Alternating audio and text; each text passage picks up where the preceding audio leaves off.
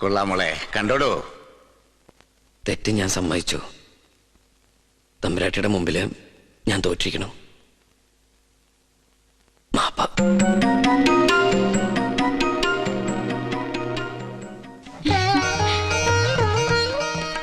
എന്റെ മോക്ക് മുത്തച്ഛന്റെ സമ്മാനം.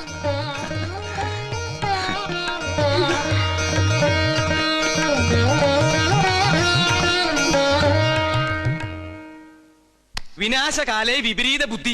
ആ കുട്ടിയോട് മത്സരിക്കണ്ടെന്ന് പച്ച മലയാളത്തിൽ ഞാൻ പറഞ്ഞതല്ലേ? ഇപ്പൊ നാണം കിട്ടില്ലേ? വാചകടിയൊക്കെ കേട്ടപ്പോ നോന്നിരിച്ചു. ഇയാള് സംഗീതം അങ്ങോട്ട് അരച്ച് കളിക്ക് കുടിച്ചിരിക്കണം. ആര്? അയാളെ വിളിച്ചത്. അപ്പൊ അയാളെ വിളിക്കൂ.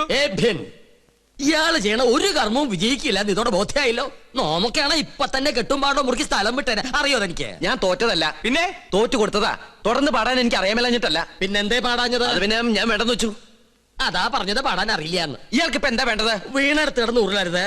ഗോപിക തമ്പുരാട്ടിയുടെ സംഗീത ജ്ഞാനത്തിന് മുമ്പിൽ ഇയാൾ വെറും തൃണം. ഞാഞ്ഞൂൽ. ആര്? അയാളെ വിളിച്ചത്. അപ്പൊ അയാളെ വിളിക്കൂ. ഞാഞ്ഞൂൽ. ആ കുട്ടി പാടി നിർത്തിയെടുത്തുന്ന്.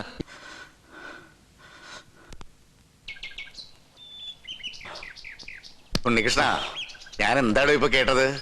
ക്ഷമിക്കണം, ഞാൻ അറിയാതെ. അറിയാതെയോ? അസലായിരിക്കണോ തന്റെ പാട്ട്?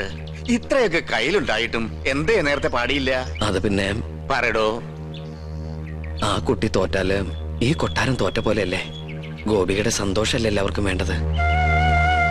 ആ കുട്ടിക്ക് നന്മയുണ്ടാവാനല്ലേ ഈ പൂജയും യാഗമൊക്കെ ചെയ്യാൻ എന്നെ കൊണ്ടുവന്ന്. ഞാനായിട്ട് ആ കുട്ടിയെ വിഷമിപ്പിക്കാൻ പാടില്ല.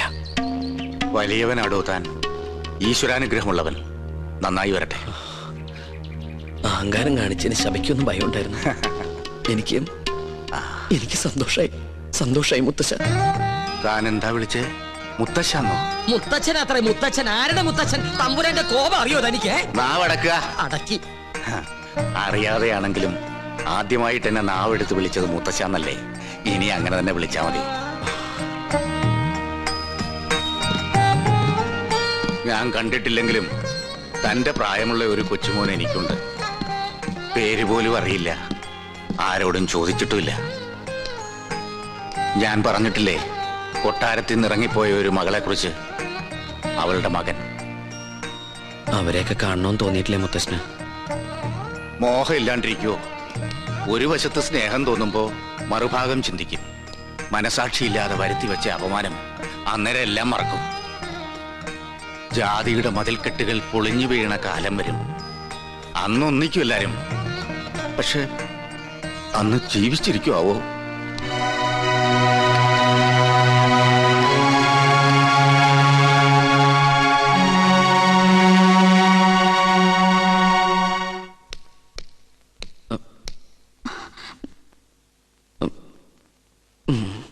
നിൽക്കൂ.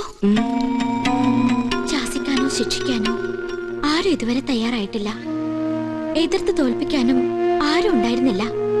അതുകൊണ്ട് ആത്മവിശ്വാസം അഹങ്കാരം കൂടിപ്പോയി. മാപ്പോ? തമ്പുരാട്ടിക്കുട്ടി എന്തായി പറയണേ?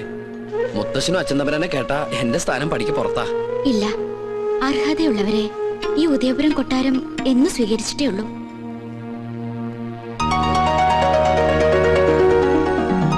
എന്റെ വിജയത്തിന് മുത്തശ്ശൻ എനിക്ക് തന്ന സമ്മാനം. ഇതിനുള്ള അവകാശം അങ്ങേക്ക് തന്നെയാ. ഇത് വാങ്ങണം. അയ്യോ, ഞാൻ വാങ്ങൊന്നുമില്ല. എന്തോ ചെറിയ തമാശ കാണിച്ച് ഒപ്പിച്ചതിന് ഇത്രയും വലിയ സമ്മാനോ? സമ്മാനായിട്ട് വേണ്ടെങ്കിൽ എന്റെ ദക്ഷിണയായിട്ട് കരുതണം.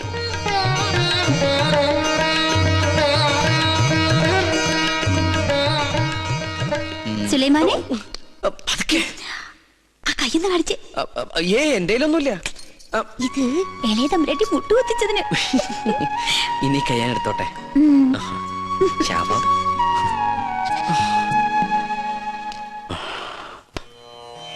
41 നാളത്തെ വ്രതാനുഷ്ഠാനങ്ങൾ.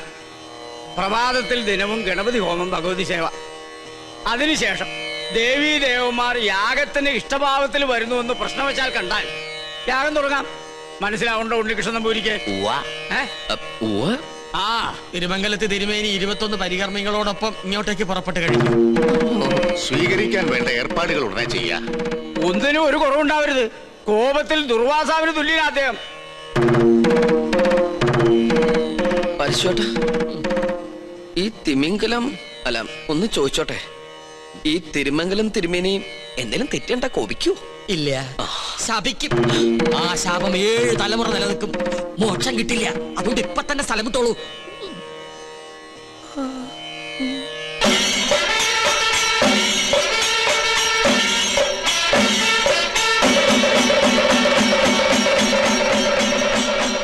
യാഗഫലം വേണ്ടത് ഈ കുട്ടിക്കാണല്ലേ? അതെ.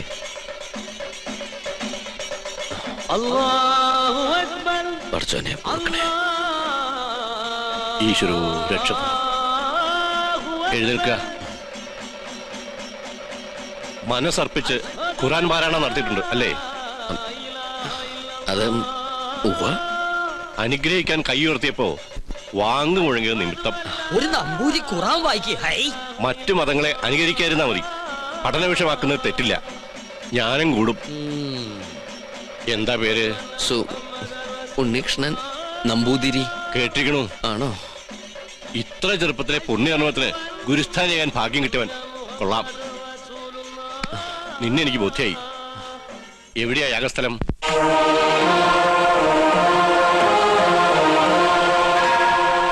അന്തരീക്ഷം തൃപ്തികരം എങ്കിൽ ഉണ്ണികൃഷ്ണൻ ഗണപതി ഹോമം തുടങ്ങട്ടെ. അറിഞ്ഞിട്ട് വേണ്ടേ ഹോമം തുടങ്ങാൻ? ഏയ്, ഗണപതി ഹോമം അറിയാൻ നമ്പൂരിമാർ ബ്രാഹ്മണ കുലത്തിൽ ഉണ്ടാവില്ല. വിട്ടി അങ്ങോട്ട് നീങ്ങിയേക്കൂ. ആ തുടങ്ങ. എനിക്കതിന് കഴിയില്ല. ഇപ്പൊ എങ്ങനെ? 101 യാഗങ്ങള് പൂർണ്ണതയിൽ അനശ്വരമാക്കിയ തിരുമംഗലത്ത് നമ്പൂതിരിയുടെ സാന്നിധ്യത്തിൽ ഒരു യാഗത്തിന് തിരികൊളുത്താൻ മാത്രം അഹങ്കാരിയല്ല ഞാൻ. ജ്യോത്സ്യ പ്രവചനത്തിന് വിഘ്നം വരുത്താതെ ഞാൻ അങ്ങയുടെ സമീപത്തിരുന്നോളാം. അങ്ങ് തന്നെ കർത്തവ്യത്തിന് തുടക്കം കുറിക്കണം. എന്നെ അനുഗ്രഹിക്കണം.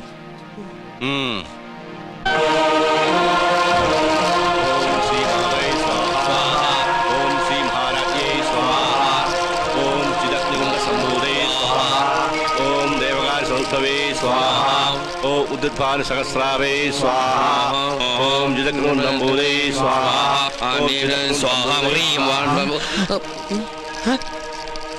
മന്ത്രം ചൊല്ലിയത് പെണ്ണു തെറ്റിക്കണു. അങ്ങോട്ട് മാറി നിൽക്കുക. അദ്ദേഹം പറഞ്ഞത് കേട്ടില്ലേ? എണീറ്റ് പോവാ. ഹൈ, അശ്രീകരെ ഇറങ്ങി പോവാ. യാഗത്തിന് ശേഷം കുടുംബത്തിൽ സകല ഐശ്വര്യങ്ങളും ഉണ്ടാകുമെന്നതിനാൽ ക്ഷുദ്രശക്തികൾ അതിനെ തടസ്സപ്പെടുത്താൻ ശ്രമിക്കും.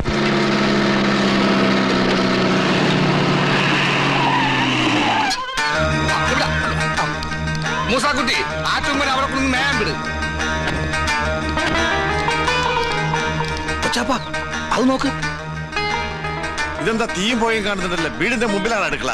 ചിലപ്പോ ഞമ്മള് വരുന്ന അറിഞ്ഞിട്ട് ബിരിയാണി വെക്കായിരിക്കും. എന്നിട്ട് ബിരിയാണി ചെമ്പ് കാണില്ലല്ലോ. നെയ്യുടെ മണമുണ്ട്.